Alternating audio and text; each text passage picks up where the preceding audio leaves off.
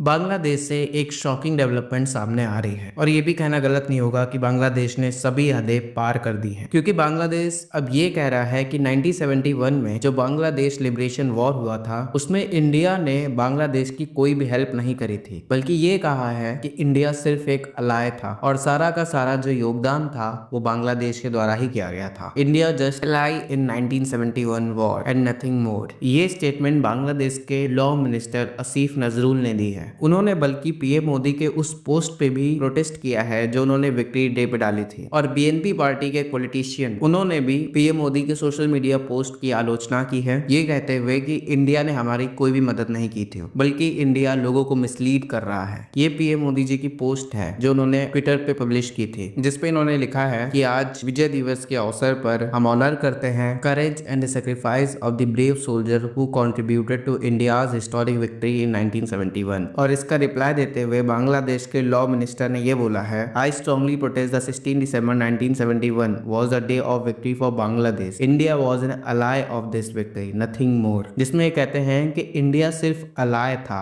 और कुछ नहीं, और ये विक्ट्री बांग्लादेश की है, इंडिया की नहीं। इसके अलावा ऐसा ही same statement Bangladesh Nationalist Party के मंत्रियों के द्वारा भी दिया जा रहा है, जैसे कि स्टूडेंट लीडर हसनत अब्दुल्ला, इनके द्वारा भी ऐसा ही स्टेटमेंट दिया गया है, जिसमें इन्होंने पीएम मोदी के पोस्ट को क्रिटिसाइज किया। इससे पहले भी इनके बहुत सारे प्रोवोकेटिव स्टेटमेंट सामने आ चुके हैं, क्योंकि ये वही इंसान है जो पहले इस्कॉन के भी खिलाफ थे और इस्कॉन को बैन करने की बात कही थी। इसके अलावा चिन्मय कृष्णदास प्रभु को लेकर इन्होंने ये बोला था, इनकी सजा नहीं होनी चाहिए बल्कि इनको हैंग कर देना चाहिए। इसके अलावा इन्होंने ये भी ऐड किया कि बांग्लादेश को इंडिया के खिलाफ लड़ाई लड़नी चाहिए ताकि बांग्लादेश इंडिया जैसे थ्रेट से अपने आप को बचा सके। और ये कहानी यहीं पे खत्म नहीं हुई। इसके अलावा बीएनपी के फॉरेन मिनिस्टर कमेटी के मेंबर हैं इशराक हुसैन, इन्होंने भी इसमें सेम चीज कही है कि पीएम मोदी की जो पोस्ट है वो मिसलीडिंग है और बांग्लादेश की विक्ट्री वो सिर्फ बांग्लादेश के द्वारा की गई थी और इंडिया में इसका कोई भी योगदान नहीं था। ये सारी कहानी तो ये लोग फैला रहे हैं। अगर आप फैक्ट्स और हिस्ट्री को रिकॉल करेंगे तो सभी को मालूम है कि 16 दिसंबर 1971 को क्या हुआ था और क्यों उस दिन विजय दिवस मनाया जाता है। ये जंग इसीलिए हुई थी क्योंकि उस समय एक तरफ वेस्ट पाकिस्तान था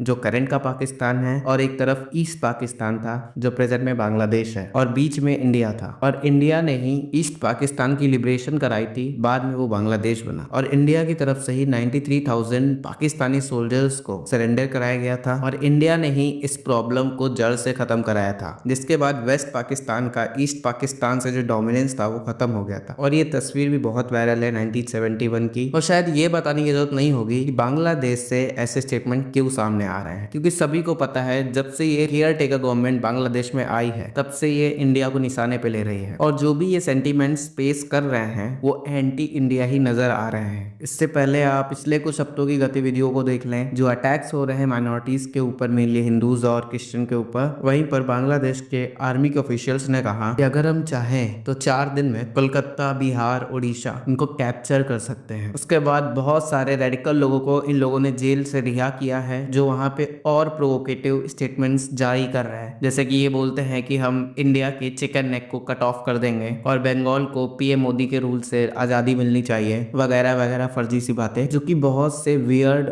और इंस्टिगेट करने वाले स्टेटमेंट्स हैं जो हमें बांग्लादेश की तरफ से देखने को मिल रहे हैं। धन्यवाद।